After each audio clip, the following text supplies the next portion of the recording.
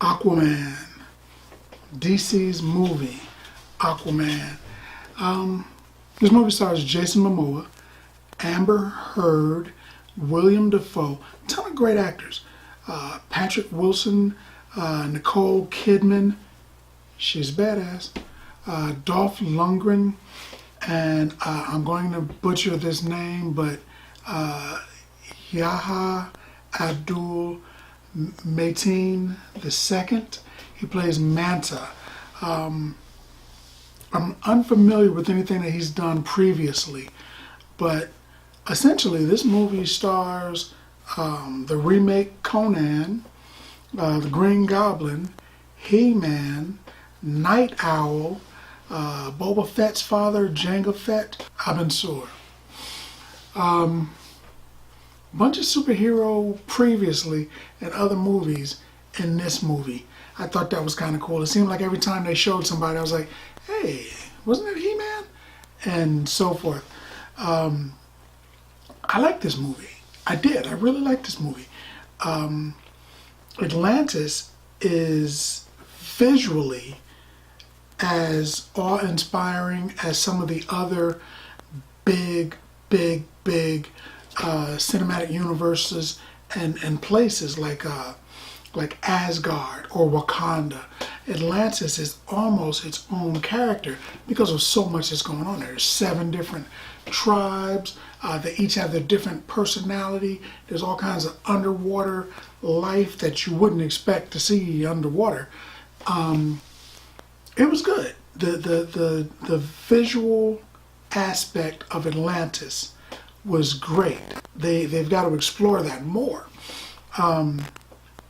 It had a kind of a Black Panther feel to it, to me. A guy becomes king because of the death of their royalty parentage, right? Their mother or father dies. Now they've got to become king, but they've got to battle a relative for the crown and then come back and battle him again. I was like, wow, isn't that the plot from Black Panther? That's what I was thinking. Didn't make it a bad movie. I thought about it. I'm thinking about it now, obviously, but it didn't make it a bad movie. It was a good plot. It's like a car chase in a movie. Just because you've seen a car chase in one movie, you see it in another movie, you're not, they did that in Bullet. Nah, it was okay seeing this, though I did recognize it. They had a lot of good jokes in here. They had a lot of humor. It wasn't as dark and horribly heart-wrenching as some of the other DC movies. This one had a little bit of emotion to it. And some of the jokes missed, but enough of them hit that I was like, oh, it made me relax. It put me at ease watching the movie. There were great fights, especially to me, the very beginning, the hand-to-hand fight when, I don't know how much I need to give away. I don't know how much I'm going to give away. This is a spoiler, non-spoiler review. So I'm just going to say the fights in the beginning were pretty good. I enjoyed those. Aquaman's tougher than the comic book Aquaman. This guy, I think, could eat the comic book Aquaman's lunch. This guy's a tough guy. I enjoyed that. I think he could fight Superman. Probably wouldn't win, but he could fight him. Jason and Amber had pretty good chemistry. Aquaman and Mera are one of the comic book's big couples. You got Clark Kent and Lois Lane, you got Peter Parker and Mary Jane, so forth and so on. This is one of the big couples, and it was good to see them on screen, and it was good to see that the two actors at least looked like they were kind of meshing. That was kind of good. This story takes place after the events of Justice League, so they know about Steppenwolf coming and being defeated. I don't know if they know about Darkseid coming from Apocalypse, but You know, I know because we saw the previews, you and I. But let's see what happens. Black Mantis is Black Manta is a combination in this movie of Wolverine. He keeps popping that claw out. Wolverine, Iron Man with the suit, and Batman, apparently with the brain and everything. Because he seems to be a smart guy. Because he's putting the suit together and everything. And we'll get into that in the spoiler review. But he seems to be a pretty smart guy. He suffers a tragedy. And again, I can't stress it enough. If a villain suffers and that forces him to become either the villain or a worse villain, then you've got somebody that the audience can say, oh man, wow, I can dig that. Because if that happened to me, I don't know what I would have done. I probably would snap too if this event happened to me. So a bad thing happens to him and he goes from bad guy to a worse guy. And it's good for the movie. It's really good for the movie. I've always liked Black Manta.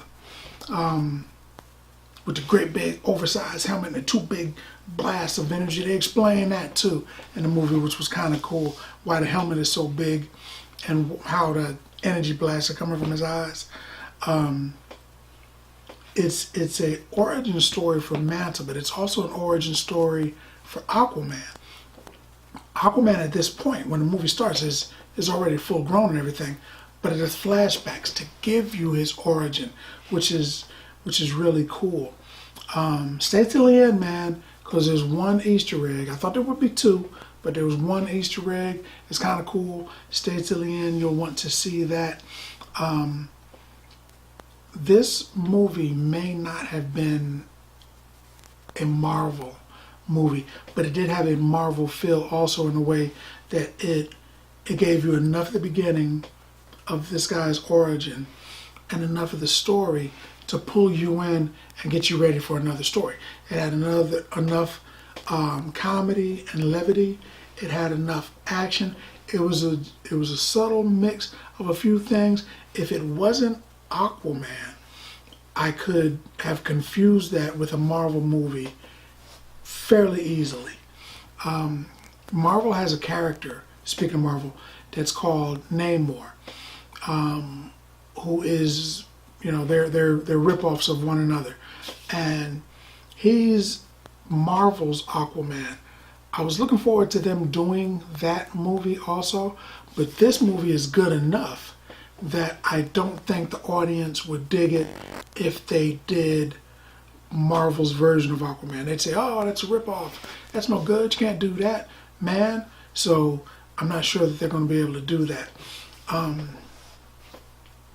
This was a good movie. I want to tell you about the story, but it's spoiler free, so I can't tell you about it. But let me just say, this movie was really good. It introduces a lot of interesting characters from the trench. Those guys are spooky. They just, without making noise, you're standing there and one of them's behind you and everything. That was kind of cool. It's essentially a Indiana Jones type story. They've got to find a particular item and they've got to go to these locations and they've got to do some research and stuff. Man, and there's people chasing them, you know, like with Indiana Jones, when the guys had the darts and he was like, start the plane, start the plane. They have adventures like that. And it's kind of good. So it's not just a superhero and a villain trying to kick the crap out of each other. There's an actual story that's happening too, which is kind of cool. I kind of dig that. I dig this movie enough that I'm going to give it 8 bags of popcorn, man. It would have been 9. It was real close to 9. Almost 9. Almost 9. But we're going to go with 8. But that's what I think. More importantly, what do you think? Have you seen the movie? What's your favorite DC comic book superhero type movie? Just talk about it in the comments. And as always, if you like the video, if you like the content, subscribe. And then like.